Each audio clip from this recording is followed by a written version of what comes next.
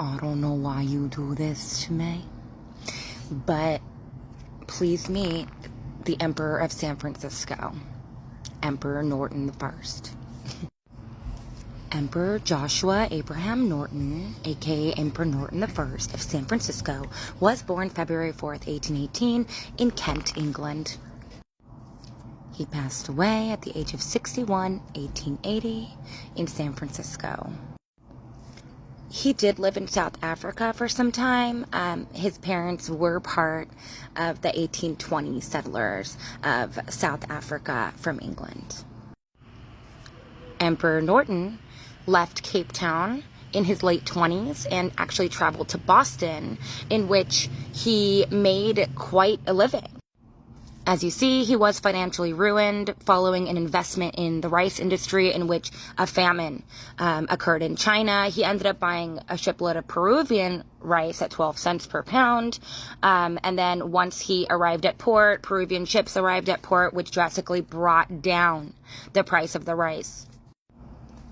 In 1859, Emperor Norton proclaimed himself Emperor of San Francisco, later to also be known as Protector of Mexico. The people of San Francisco truly loved him, and he did make a lot of newspaper proclamations. Currency was issued bearing his face. He also received a lot of freebies around the city. As you see, he had free ferry and train passage, lots of favors. Restaurants accepted his promissory notes and currency, but he was utterly broke. As you see here, this is an official piece of currency. It says the Imperial Government of Norton I, and he is depicted upon the note. This is a $10 note. These notes, any notes bearing his image or name, are now sold at auction for about $10,000 each. So if you happen to see one. Norton I did propose marriage to Queen Victoria multiple times. She never responded to his love letters, but he truly wanted to marry her and bring England and the United States together. He also sent multiple letters to the King of Hawaii, and the King of Hawaii liked him so much that they refused to recognize the U.S. government as a whole, and they only recognized the Emperor of San Francisco as the sole leader of the United States of America.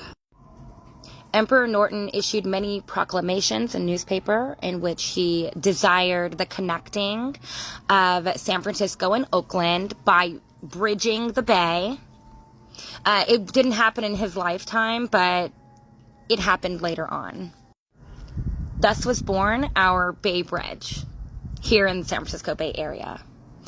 There's quite a few historical organizations over the years who have tried to rename the bridge or place a plaque on it to name it after him.